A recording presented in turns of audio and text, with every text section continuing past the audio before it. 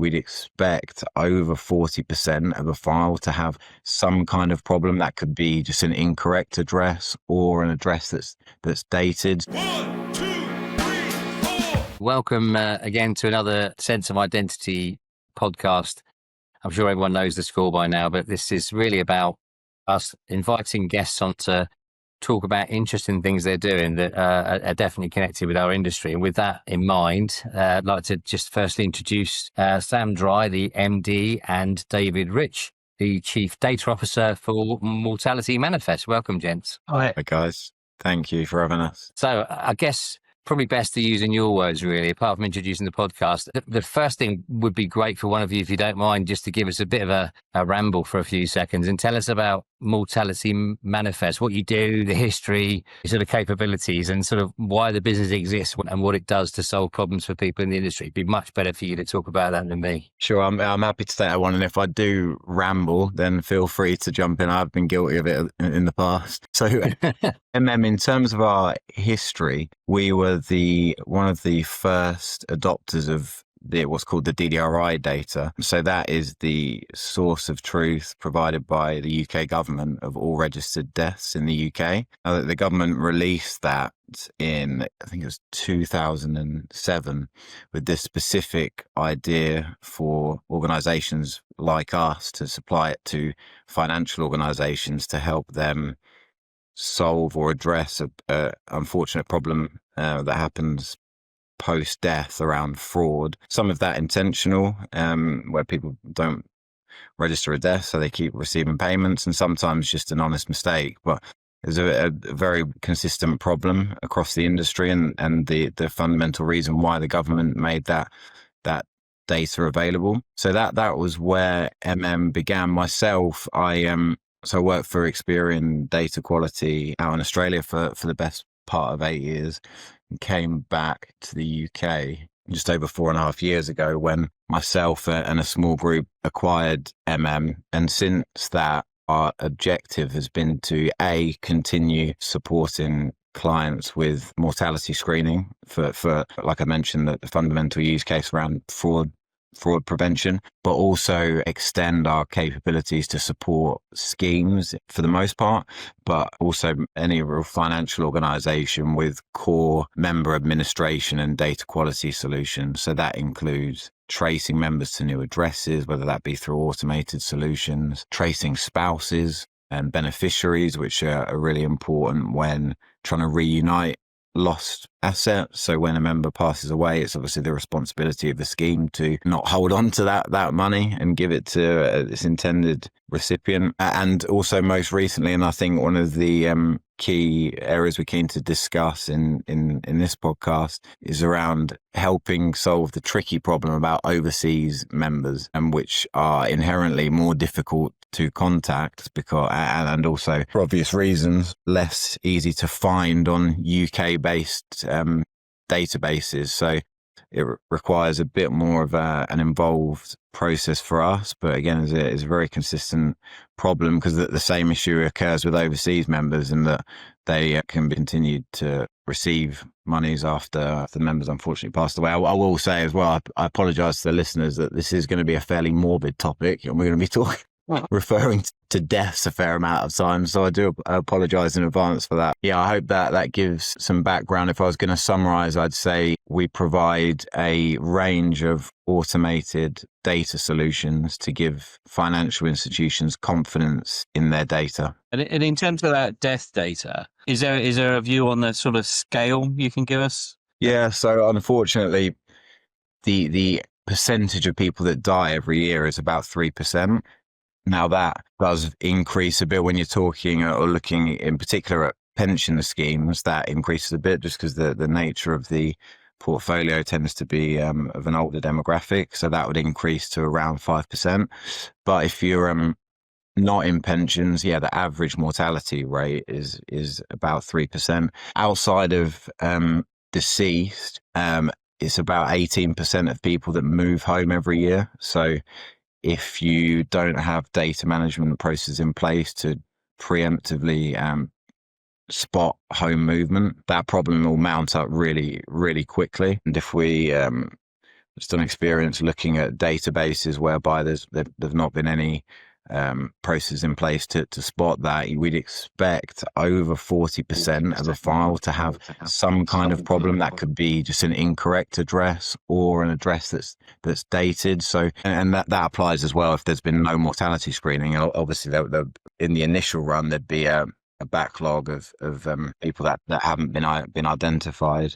So yeah, unfortunately, people continue to die. So this is not a problem that you can fix and then it's gone away. It does require ongoing management. And I guess that issue area that you mentioned about people retiring overseas as a trend, it appears from what you hear in the press and so on that's a trend which is increasing. So that problem actually getting bigger, or is that just a bit of news talk? It is. No, it generally is getting bigger. For the last 5 years, it's sort of post-COVID. We've seen it's about 1.7 million British people are living retired abroad at the moment, and that's creeping up year on year. Yeah, there's a lot of anecdotal evidence at the moment that it's hard to avoid saying lots of people are rushing off to live abroad, but there aren't any hard statistics to support that yet.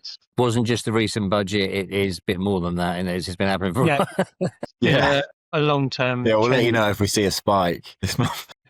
And somewhat surprising given the changes in movement post-Brexit, around 90-day stays and so on. But it takes quite a bit of effort to retire abroad now, but people are doing it, and they're doing it in increasing numbers. And I think part of the reason for that is that in some ways the world's become a much smaller place. It's a lot easier to live in the Spanish mountains now and still keep in touch with your grandchildren in the UK than it was 5 years ago. You moved abroad, you sort of say goodbye to your family pretty much.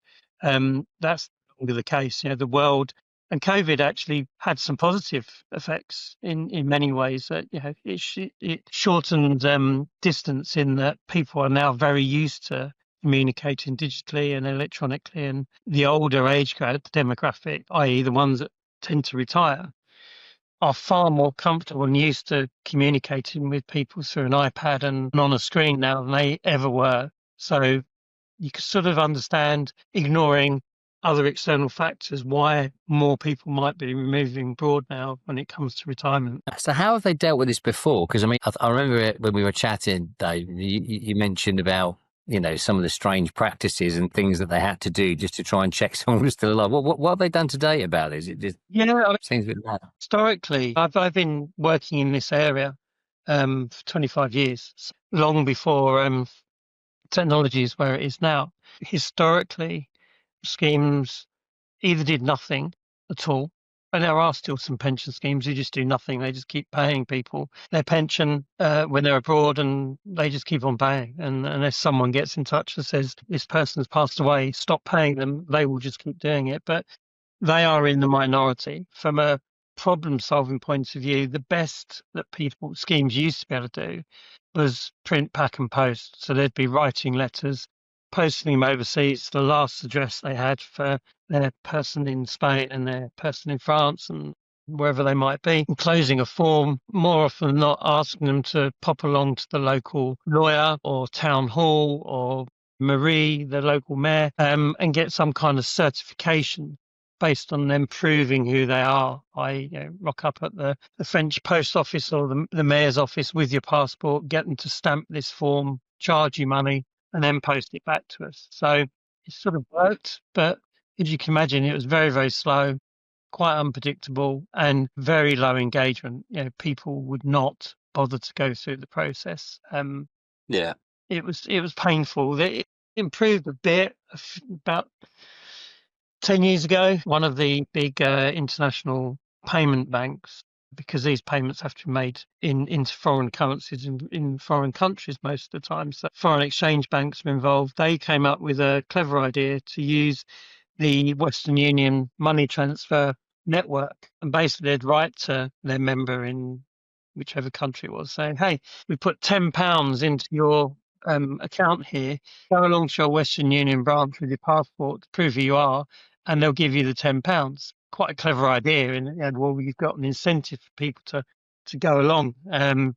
Probably needs to be more than £10 paid to get someone to bother to make the effort. But It's really old technology now, and it's almost not technology, and it doesn't really improve engagement. So historically, there was no good solution to this problem. There isn't, and never has been, a death database that covers the rest of the world. You can't just go onto a database and say what's happening, because it won't tell you. Databases in the UK are great, as Sam mentioned. You can do reliable, robust mortality screening, but you can't do that outside of the UK. Not just across Europe, across the world. There's small resources in some countries, but they're hard to access and not very reliable. So When we chatted about this before, I mean, Sam, you mentioned about the stats on mortality rates, but can you bring any life to what that means sort of financially? The 3% rate, and I get the idea as we all get older. I understand that one very well. The likelihood of you being part of that stat increases. What does that mean in the UK, sort of financially? well, I've got some numbers on that. I mean, if you've got about 1.7 million people living abroad, there's between 2 and probably higher, probably close to 5% of them passing away each year. It's higher than the national average because it's an older age demographic that are retired. Even if you took a really modest pension, sort of like £6,000 a year, you head into over £500 million a year's worth of pension payments going out to people who are dead. You've got multiple billions of pounds pouring out of the UK every year to pensioners. That 1.7 million equates to an awful lot of money. If you equate it to the state pension, for example, around £12,000 a year, suddenly you're looking at £1.5 billion, maybe more. Adding private pensions on top, you're probably looking at a couple of £2 billion a year flowing out of UK pension schemes abroad somewhere to people that may or may not be alive. So It's given the great, amount isn't it? in a year, you could potentially be seeing vast amounts of money, hundreds and hundreds of millions of pounds a year, just pouring out to people who are not entitled to a pension anymore. And it could be fraud, it could be, and that money needs to be clawed back. Really, pension schemes have a duty to do the right thing for the scheme as a whole, and that doesn't include paying out money to people who shouldn't be paid it, which is a whole host of reputational issues and problems for them before they even get going with that. So it's a big deal. It's Yeah, not absolutely. that many people retire abroad in the grand scheme of things, but when you bring it down to pounds, shillings, and pence, it's an awful lot of money involved here. Yeah, and I guess looking at that, both that mortality rate and that large sum of money, then if you do carry out your checks and you do that on an annual basis, I guess you're managing your risk, but you still got potential of maybe 11 months where you have paid out a pension to someone who is no longer with us, and I guess within there is a whole sort of hornet's nest then in terms of, as you mentioned before, about getting that back, and if you're in a position to actually get that back, or is that money that's lost forever from that scheme and from the members of the scheme. Exactly right. Like the last thing that a scheme wants to do, especially given it's often a very sensitive time, is go down a route of trying to reclaim money, which could go down a legal path. Worst case scenario. Best case scenario, it will go down a high operational cost and just messy situation, or like David said, just writing off the money. So no scheme would want to do that in an ideal world. So and as you rightly said, Adam, even using our process at the moment, which I'll talk to in a second, that would be an annual check. There will be people that when you run the annual check, unfortunately pass away soon after that, and the scheme would still be in a situation where they've paid out unnecessarily for 9-10 months, which can add up fairly quickly. But certainly once a year is better than nothing. And MM's service, so whilst it operates more as a fully managed service and a lot less so as a data service like the other solutions that I've mentioned. So the idea here is that schemes, they have their cohort of overseas members, which are very, very easy to find just through an address. They just send that list to MM either as a spreadsheet or upload it to a portal, and we take on all of the communication and management of that, including digital emails, encouraging a biometric ID check. So we're all familiar with the technology now where you scan your face, scan your passport. And even I think that people do the older demographic a little bit of a disservice these days in of suggesting that they're not comfortable with this technology, which I think post-COVID is kind of not the case. I mean, even my you probably wouldn't like me saying this publicly, but even my 89-year-old grandfather, he's got a Facebook account and has done this type of technology. So I think people are certainly comfortable with that. But the idea of Service is to offer a multi-channel approach. So there will be some people that don't respond. So if we send out a few emails trying to encourage digital engagement, there will be some that don't, and post is still the preferred option. Also think it's really important that, particularly given the nature of the communication, we're talking about people's finance, like there's, rightly so, some people will have their guard up a little bit if they receive an email from an organization they're not familiar with, although we would suggest that it's co-branded. So it would come out as in partnership with Scheme, and we'd suggest an email going from SchemeX prior, saying that you'll receive some communication. It is also really important that there's support for people that want to call up. So we have a UK-based call centre whereby people can ring and say, hey, I've got an email from you. Can you talk me through what to do? Yeah, we can. There's also the ability to start the journey via our website. And from a Scheme perspective, it's really easy to manage this. So our standard suggestion is running a campaign over the initial campaign over a 3-month period. That seems to be the optimal time to get the best engagement. And the Scheme will be able to log onto a portal and see, okay, X amount of 1-2 communications have gone out to John Smith. Okay, he's gone through the process.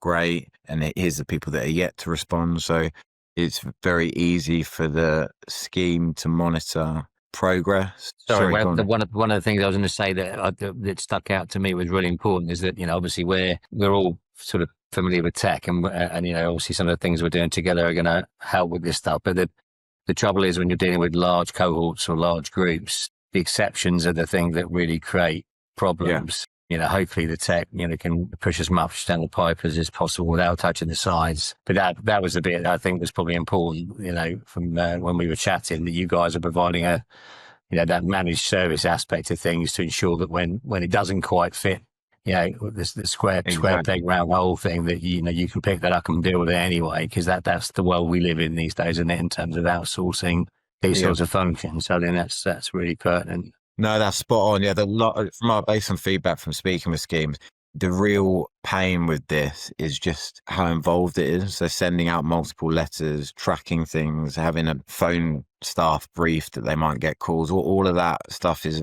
just not what Schemes want to do. And just them being able to say, look, these are the problematic overseas members. Can you deal with them for us? That's the real value here. And then to touch on where I am before I started rambling was around Adam's point of monitoring that throughout a 12-month period, which is where we're really excited with our partnership with BE, because the next layer is once the initial ID verification has gone through, we're able to then send through a monthly pulsing email, I think was the term, whereby a secure email is sent before payroll probably what goes out, and it just says to the member, hey, you went through a biometric check with us on whenever it was, January, thanks for that. Before we pay you this month, can you please just scan your face? And then it just uses technology you see on your phone where it just checks that your face is who it says it is, and that links back to the initial ID. So incredibly low touch from the member, but that's as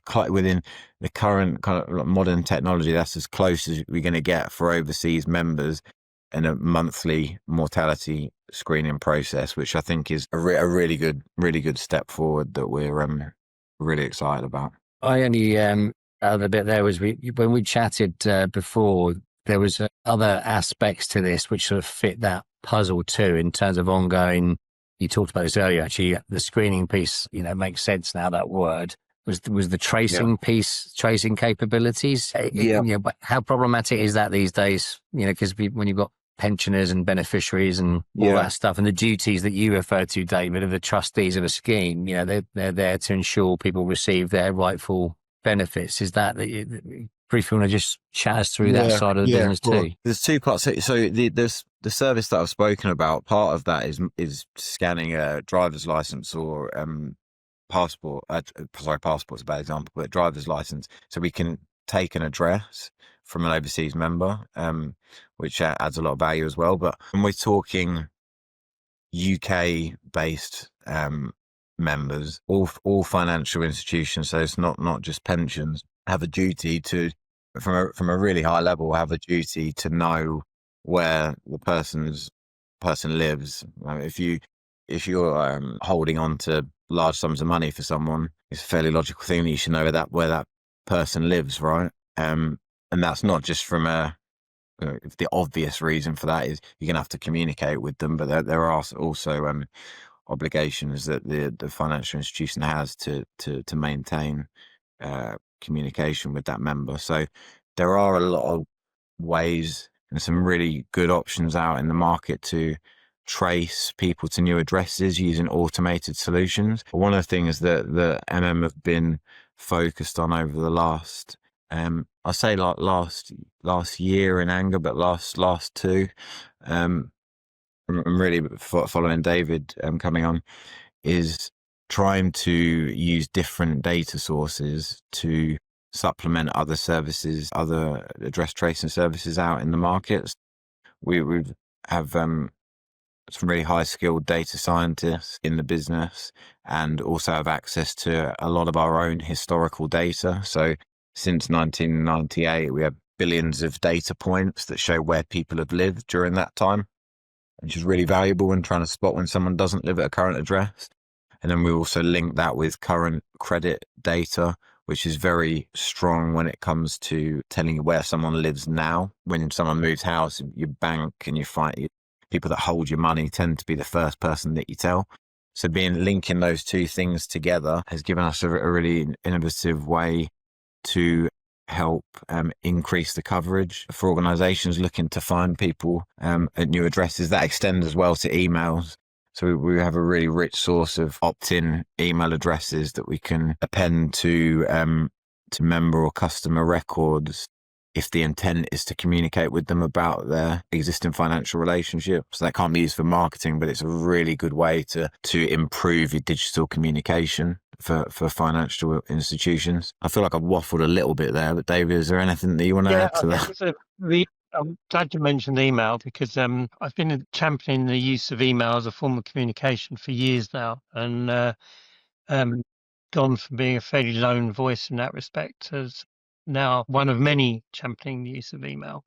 And the overseas cohort are interesting in that they probably use email and digital to communicate more than people who live in the UK. They tend not to rely on post. They don't get post wherever they live in Spain or wherever it may be. So they rely massively on digital communication. And in this modern day and age, email is considered old-fashioned, steady, stable technology for old people like me. You're saying that your son only communicates with you via Snapchat now, doesn't he? If he communicates at all, yeah. But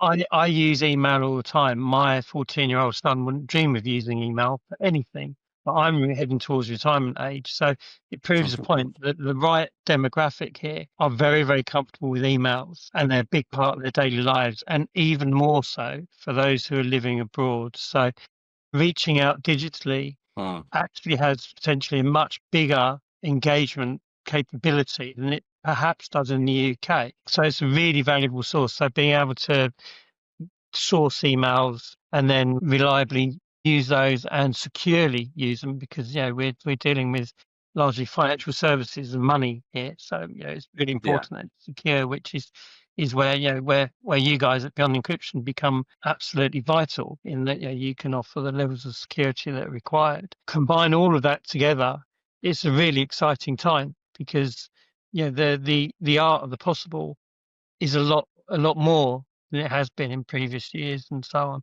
And the FCA even recently, didn't they? They passed new rules actually saying that, email engagement is now a default method of communicating, and normally where the FCA take the lead, quite often the pensions industry and the pensions regulator will follow not that far thereafter. You'll see that the pensions industry increasingly engage with email and digital communication. It's Has posed a It's different problem, that hasn't it? Particularly for some DB schemes, where because most of those pensions were taken out a long time ago, at the time that the pension was created, a lot of the schemes didn't even ask for an email address. no, So now we're in a world where people accept you can communicate securely via email, and a lot of members would be open to receiving communication that way instead of Yeah. post. But they don't have the email addresses. So then Yeah. so we spoke with some schemes about how they're tackling that problem, and a lot of them send out posts to try and get the email, Yeah. which is really has terrible engagement, yeah, like really poor, and is really expensive. So being able to append emails in a compliant way is Yeah. a lot of value. And when I say compliant way as well, so what we were really because of the nature of the industry that we're in, I think that was of paramount importance. The source that we have for emails gives schemes the ability to see for each email when and where that was collected, along with the privacy note that the member agreed to. So if they did a financial application in January and at that point gave an email address and signed the consent form, in that consent it would say, I permit you giving out my email address to financial organizations that I deal with to communicate with me via my policy or whatever that is. We can, along with appending an email address, supply a URL to the link where that occurred, a timestamp, so that if in the event that a member gets a bit spooked by it and calls up saying, well, I didn't give you my email, where did you get it from? You can say, you gave it by this website at this time, and here's the consent that you signed, which I think is really important. Like there are sources of emails out there collected for like surveys and marketing and stuff like that, which can have good volume, but they're not the level of compliance. Yeah.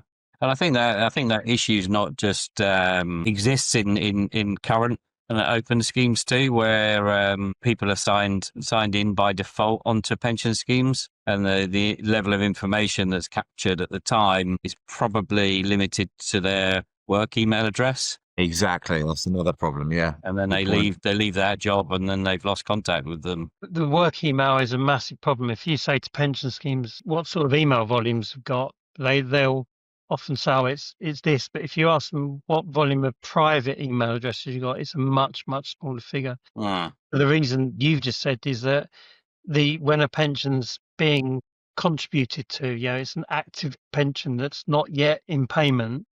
The information is flowing each month from the employer who's passing the contributions in, and they tend to hand over the work-related email address if they hand over one at all. And then, as you say, if someone then changes job or their email's changed, and if their pension's sitting there, what's called deferred, it's sitting there waiting for them one day when they get to retirement age, but there's no data coming in anymore, so it just sits there with a really old work email address that's no use to anyone. What they really want, and once they're pensioners and they're receiving their email, well, they're not going to access their old work email anymore. So there's all these reasons why having the work email address is not much value at all, but that tends to be what most schemes hold, if they hold anything at all. It feels like real fundamental stuff, doesn't it? I mean, you can't do business without, clearing your data up and dealing with the things in this space. It's just, it's slightly bizarre that, we reach a point where it becomes a critical factor when you're actually at retirement. You think it would be an important one on the journey too, wouldn't it? When you're accumulating your pot there to stay in contact with someone. So it's a weird one. Absolutely. In pensions specifically as well, the dashboards has really highlighted this, because a fundamental part of dashboards is linking people together with multiple pots, and that requires you to know that what this person is the same as all the other instances. And if the data is inconsistent, if it's got old addresses, if it's got incorrect emails, if it's got spelling mistake, all the types of things that you see in old databases, then it's hard to match those records with confidence. And in the worst case scenario, you match a member to an incorrect part, and then you've got a whole compliance issue. So schemers are a lot more aware now. I feel that they have to do something about it. which Yeah. is a positive. But yeah, I think probably it's just an interesting one for people to contemplate about where they are on this journey for themselves. But in the context of that stuff, thanks, guys. Well, we tend to finish off these sessions with, which is probably slightly inappropriate here, Sam, because actually I think you pulled down the average age of this podcast by quite a considerable number. So I'll start with David. You know, we always like to ask in conclusion, if you were able to give your younger self a little bit or some words of wisdom, what would they be? thought you was going to ask me how old I was at first. I'll let people guess, and I'd rather not hear their thoughts. The one piece of advice I would give there's many things I'd advise myself in life, but the financial one and the relevant one to this is, do not leave it any later than you can avoid to start contributing towards your retirement funds. People, when they're young, they just don't think about retirement, and I'm having this debate with my 18-year-old daughter. It's like, you really should start paying into your pension scheme now, and she just looks at me as if I'm absolutely mad. It's like, well, there's more things in life to be doing than worrying about eons in the future, which are just almost unfathomable. But the massive power of investing early is mind-boggling, and people in pensions get that and they understand it, but people outside of pensions, they just don't understand the harm they are doing to their future by not paying in when they're young. Yeah, it's an easy one to look back on from yourself and think, yeah, I didn't really think about that in quite the same sense. When I was 18, I was probably spending it on booze. But I got Sam, as I say, even in your tender years, any words of wisdom from lessons in the past you'd give yourself? I'm sure we'll end up with a montage of these from Sam. I was going to say, a lot, but I'm not sure how many are appropriate on the podcast. but it depends how far back we're going, because if we're going back to when I was a kid, it would probably be concentrate more at school so you don't end up selling deceased data. Financially, one of the smart things that I did was what David said. So I always did a salary sacrifice when I worked at Experience. I actually over contributed to my pension when I was younger. So I kind of look at that as offsetting the other terrible financial decisions that I made throughout my 20s, as being the kind of the one thing that I look back on from a financial perspective and don't have any regret. Brilliant. Yeah. Listen, thanks very much, guys, for being our next victims on the podcast, for now at least, and we're looking forward to doing more work with you guys. But David Rich, Sam Drye, Mortality Manifest, thanks for coming on board. Thanks, guys. Thank Pleasure. you very much. Thank you, Appreciate guys. it. Cheers. Bye-bye. Take care.